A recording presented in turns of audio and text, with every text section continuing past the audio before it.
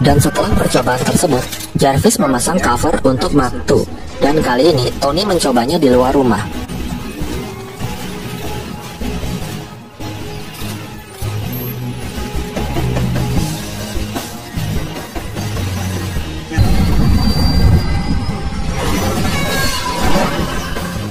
Ia terbang ke sana kemari mengelilingi kota. Lalu ia berusaha terbang tinggi menembus atmosfer. Tetapi sayangnya, pada ketinggian tertentu, Mark II membeku dan mengalami gangguan. Tony pun terjatuh dari ketinggian. Beberapa saat sebelum jatuh ke tanah, Mark II bisa menyala lagi dan membawanya kembali pulang ke rumah, walaupun dengan menjebol atap rumahnya. Lihat paket dari Pepper, dan setelah dibuka, ternyata adalah arc reaktor lamanya. Keesokan harinya, Tony mendesain ulang armornya agar bisa bertahan di suhu ekstrim dan tidak membeku. Ia juga menggunakan campuran warna emas titanium dan warna merah pada armornya, yang diberi nama Mark III. Setelah itu, Tony mengendarai mobilnya menuju ke suatu tempat. Di sana, ia bertemu dengan Christine yang menunjukkan foto-foto senjata Stark Industries yang masih beredar di seluruh dunia. Mengetahui itu, Tony pun langsung bertanya kepada Obadiah. Tetapi Obadiah malah mengalihkan pembicaraan dan pergi. Rumah, Tony melihat berita di TV yang memberitakan bahwa kota Gulmira sedang diserang oleh para teroris dengan persenjataan Stark Industries miliknya. Mengetahui hal tersebut, Tony pun segera memakai Mark III dan ia bersiap pergi menuju Gulmira untuk membasmi para teroris.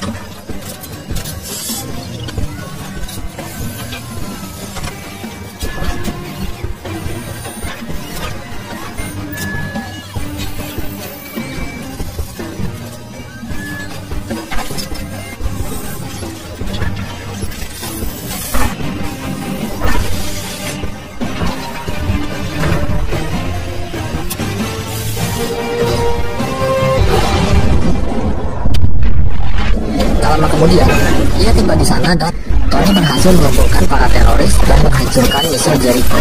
Setelah itu, ia pun pergi.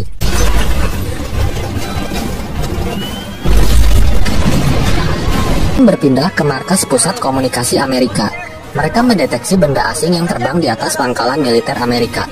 Mereka memanggil Kolonel Rhodes dan ia mengirim 2 pesawat tempur untuk menghancurkannya. Tony kemudian memberitahu Rhodes bahwa benda itu adalah dirinya. Lalu tiba-tiba, tak sengaja ia menabrak salah satu sayap pesawat hingga pesawat tersebut jatuh.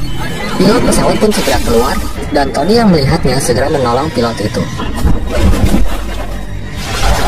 Beberapa saat kemudian, Rhodes langsung memberikan konferensi pers bahwa salah satu pesawat tempur hancur saat latihan militer. Lain, Obadiah bertemu dengan para teroris, yang ternyata Obadiah adalah orang yang mensuplai senjata milik Stark Industries kepada kelompok teroris itu. Ia meminta ketua teroris itu untuk memperlihatkan serpihan armor Mark I, dan setelah itu, ia melumpuhkan si ketua teroris dengan sebuah alat. Saat keluar dari tenda, semua teroris yang ada di sana dibantai oleh para pengawalnya, dan ia menelpon stafnya untuk meneliti armor tersebut dan membuatkan prototipenya.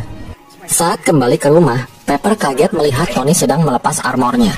Kemudian, ia meminta tolong Pepper untuk pergi ke kantornya dan meretas file data Stark Industries, karena ia merasa ada yang tak beres. Namun, Pepper menolaknya dan ia akan mengundurkan diri. Lalu Tony meyakinkan Pepper bahwa hal yang dilakukannya sudah benar. Akhirnya Pepper pun mau melakukannya. Beberapa saat kemudian, Pepper sampai di kantor Stark Industries, dan ia langsung membuka file bernama Sector 16. Terlihat desain armor mirip seperti milik Tony. Lalu ia juga melihat video ketika para teroris menawan Tony dan menyebut nama Obadiah, orang yang melakukan rencana penculikan Tony. Ia pun segera menyalin semua file tersebut. Lalu tiba-tiba Obadiah masuk ke dalam kantor. Pepper langsung menyembunyikan apa yang sedang ia lakukan, dan ia pun segera keluar dari tempat itu.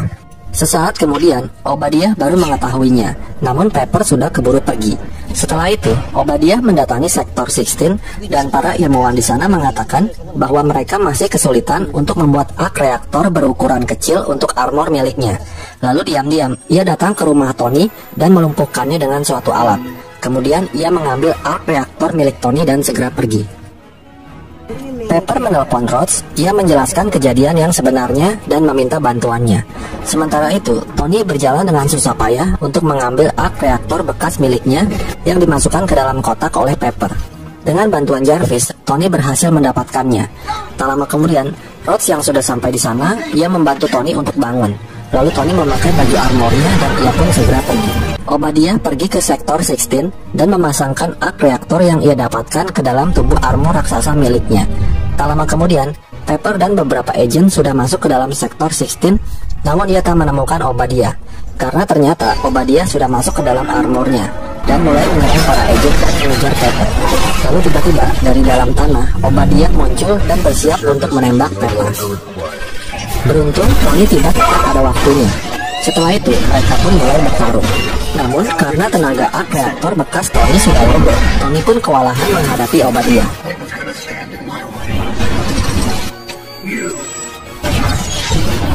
Tiba-tiba, ia memiliki ide untuk membawa Obadiah terbang ke atmosfer.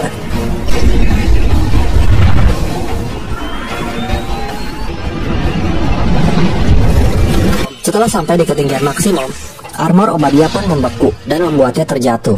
Dengan sisa tenaga cadangan, akhirnya Tony berhasil mendarat.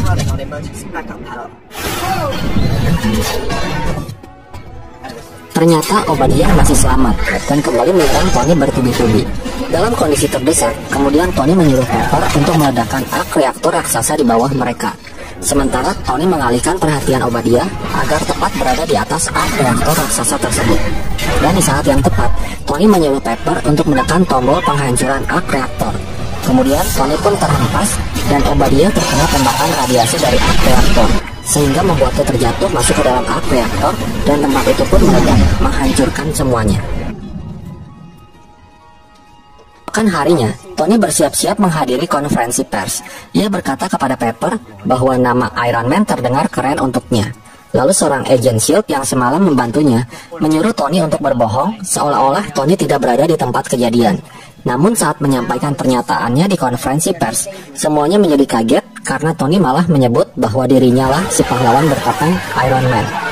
Seorang direktur agent SHIELD yang bernama Nick Fury menemui Tony dan mengatakan bahwa Tony bukanlah satu-satunya hero di dunia ini, dan ia mengajaknya bergabung dengan Avengers, dan film pun berakhir.